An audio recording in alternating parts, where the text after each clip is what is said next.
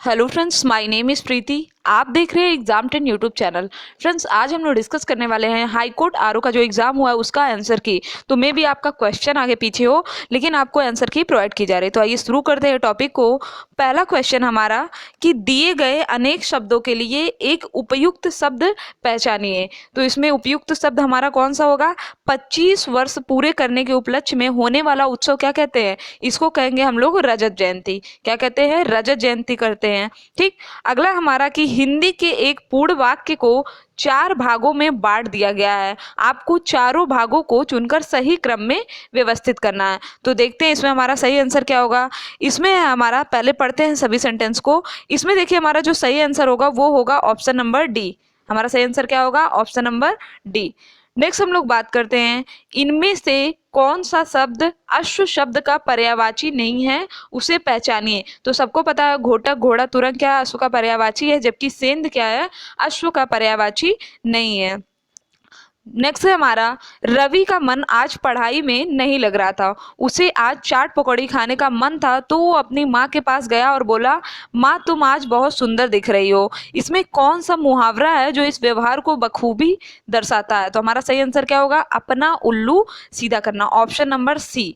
हमारा सही आंसर क्या है? Option number C.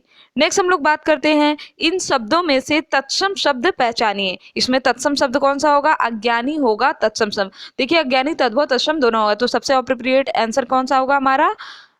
Option number A. Next है हमारा, दिए गए शब्दों में से आविर्भाव शब्द का विलोम शब्द पहचानिए। आविर्भाव का विलोम शब्द क्या होगा? तिरोभाव। आविर्भाव का विलोम क्या होता है? तिरोभाव होता है आविर्भाव का विलोम। फिर हमारा कि निम्नलिखित में से कौन सी आईआईटी उत्तर प्रदेश में स्थित है? तो सबको पता है आईआईटी बीएचयू कहाँ पे स्थित है? उत्तर प्रदेश में है आईआईटी बीएचयू। ठीक।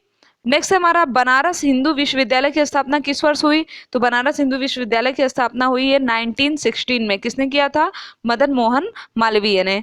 अगला हमारा, भारतीय पशु चिकित्सा अनुसंधान संस्थान उत्तर प्रदेश के किस स्थान पर है? तो इज्जत नगर बरेली में है कृषि पशु चिकित्सा अनुसंधान संस्थान।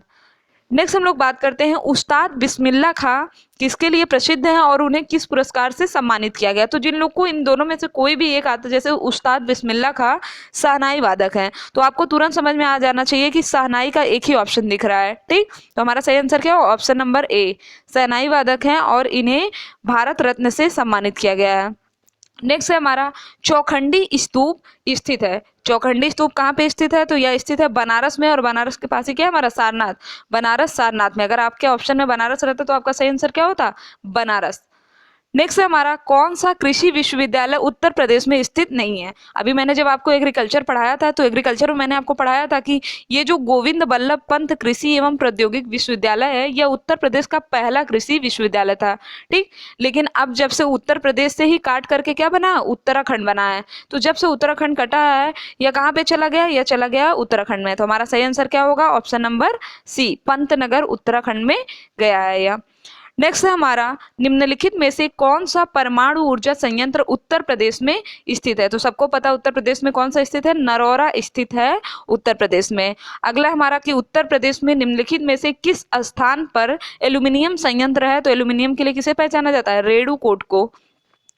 नेक्स्ट हम लोग बात करते हैं, मथुरा इनमें से किस उद्योग के लिए प्रसिद्ध है? तो मथुरा प्रसिद्ध है तेल रिफाइनरी के लिए। अगला हमारा, भारत में कौन सा शहर कांच उद्योग के लिए प्रसिद्ध है? फिरोजाबाद प्रसिद्ध है कांच उद्योग के लिए। यूपी का स्टॉक एक्सचेंज निम्नलिखित में से किस शहर में स्थित है? तो यह स्थित है कानपुर में। कहाँ पे स्थित है यूपी स्टॉक एक्सचेंज? कानपुर में। अगला हमारा, 1857 का विद्रोह निम्नलिखित में से किस स्थान पर आरंभ हुआ? तो सबको पता है मेरठ के बैरकपुर छावनी से इस विद्रोह की शुरुआत हुई थी। ठीक। नेक्स्ट हमारा कि 2011 की जनगणना के अनुसार निम्नलिखित विकल्पों में से भारत के किस राज्य में लिंगानुपात न्यूनतम है? हमारा सही आंसर क्या होगा? पश्चिम बंगाल में लिंगानुपात न्यूनतम है। अगला हमारा कि लगातार 2 जनगणनाओं के बीच कितने साल का अंतराल होता है? तो सबको पता है कि 10 साल का अंतराल होता है 2 जनगणना के बीच। जैसे 2011 के बाद अब जनगणना कब होगी? 2021 में होगी। अगला क्वेश्चन हमारा, 2011 की जनगणना के अनुसार निम्नलिखित विकल्पों में से भारत के किस राज्य में जनसंख्या घनत्व अधिकतम है? तो सर्वाधिक जनसंख्या घनत्व कहाँ पे है? महाराष्ट्र में है। ठीक। फिर हमारा देखिए इसका क्वेश्चन थोड़ा सा डाउट वाला है, ठीक। फिलहाल इसमें जो एक्सपेक्टेड है वो कौन सा है, डी है, ठीक है। तो आप लोग इसको एक बार मिला लीजिएगा और अगर आपको सही आंसर पता हो तो उसको क्या करिएगा, उसको एक बार कमेंट कर दीजिएगा। नेक्स्ट हम लोग बात करते हैं कि पारिस्थितिक तंत्र में ऊर्जा का स्रोत क्या है। तो ऊर्जा का स्रोत है सूर्य। पारिस्थितिक तंत्र में ऊर्जा का स्रोत क्या है, सूर्य। अगला हमारा, इनमें से वायुमंडल की कौन सी परत पृथ्वी की सतह के सबसे निकट है। तो ट्रोपोस्फेयर है पृथ्वी की सतह के सबसे निकट। इसमें भी देखिए थोड़ा सा डाउट है, तो क्वेश्चन नंबर 81 हमारा डाउटफुल है, ठीक। देखिए जो इन्वायरमेंट से क्वेश्चन आए हैं, इन्वायरमेंट इकोलॉजी से, उसमें थोड़ा से डाउट होते हैं। जैसे अगला हमारा कि आदर्श पर्यावरणीय परिस्थिति में जीवित प्रजातियों की आबादी में वृद्धि क्षमता को क्या कहते हैं। तो वृद्धि क्षमता का होता है बहुआयामी, ठीक है। इसको भी आप लोग डाउटफुल ही लेके चलिएगा, वैसे एक्सपेक्टेड जो होगा क्या होगा, बहुआयामी। अगला हमारा कि कौन सा पारिस्थितिक तंत्र में मांसाहारी है। सही आंसर क्या होगा, डॉल्फिन है इसमें मांसाहारी। अगला है कि कौन सा शहरीकरण का एक कारण नहीं है। तो शहरीकरण का एक कारण कौन सा नहीं होता है, खेती, ठीक। फिर हमारा कि कौन सा शहरीकरण का पर्यावरणीय प्रभाव नहीं है। तो पर्यावरणीय प्रभाव इसमें कौन सा नहीं होगा, अपराध, ठीक है। पर्यावरणीय प्रभाव अपराध नहीं है। नेक्स्ट बात करते हैं, एक महानगरीय शहर का अर्थ क्या होता है। तो बड़े वित्तीय केंद्रों वाला शहर ये क्या कहलाता है, महानगरीय शहर। फिर हमारा कि पाक जलडमरू मध्य किसके बीच है। तो भारत और श्रीलंका के बीच स्थित है पाक जलडमरू मध्य। बुशान बंदरगाह कहाँ पे स्थित है। दक्षिण कोरिया का सबसे बड़ा बंदरगाह कौन सा है, बुशान बंदरगाह।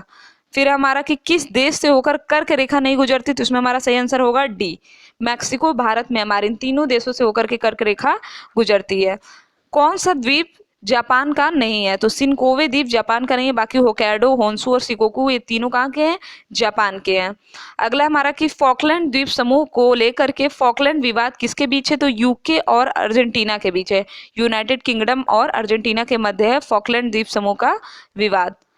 फिर हमारा कि निम्नलिखित में से कौन सी नदी बंगाल की खाड़ी में नहीं गिरती। तो आपको पता है नर्मदा और ताप्ती दो ऐसी नदियां हैं जो वेस्ट फ्लोइंग नदियां हैं, और ये कहाँ पे गिरती हैं, ये गिरती हैं अरब सागर में। तो इसमें हमारा जो सही आंसर होगा वो क्या होगा, वो होगा ऑप्शन नंबर डी। अगला क्वेश्चन हमारा कि अरावली पहाड़ियों की श्रृंखला की सबसे ऊंची चोटी निम्नलिखित में से कौन है। तो सबसे ऊंची चोटी कौन सी है, गुरु शिखर है अरावली पहाड़ी की सबसे ऊंची चोटी। नेक्स्ट हमारा कि भारत का सबसे बड़ा ट्यूलिप गार्डन जम्मू कश्मीर में स्थित है, ये कहाँ पे है। तो जम्मू कश्मीर के श्रीनगर में स्थित है भारत का सबसे बड़ा ट्यूलिप गार्डन। फिर हमारा कि माउंट गिरनार गुजरात के किस जिले में स्थित है। तो जूनागढ़ जिले में स्थित है माउंट गिरनार। किस धातु के लिए धरती से बॉक्साइट निकाला जाता है। तो एल्यूमिनियम के लिए धरती से बॉक्साइट निकाला जाता है। अगला हमारा कि फरक्का जल सहभाजन संधि किसके बीच है, यह है भारत और बांग्लादेश के बीच, इसको लेकर के विवाद है।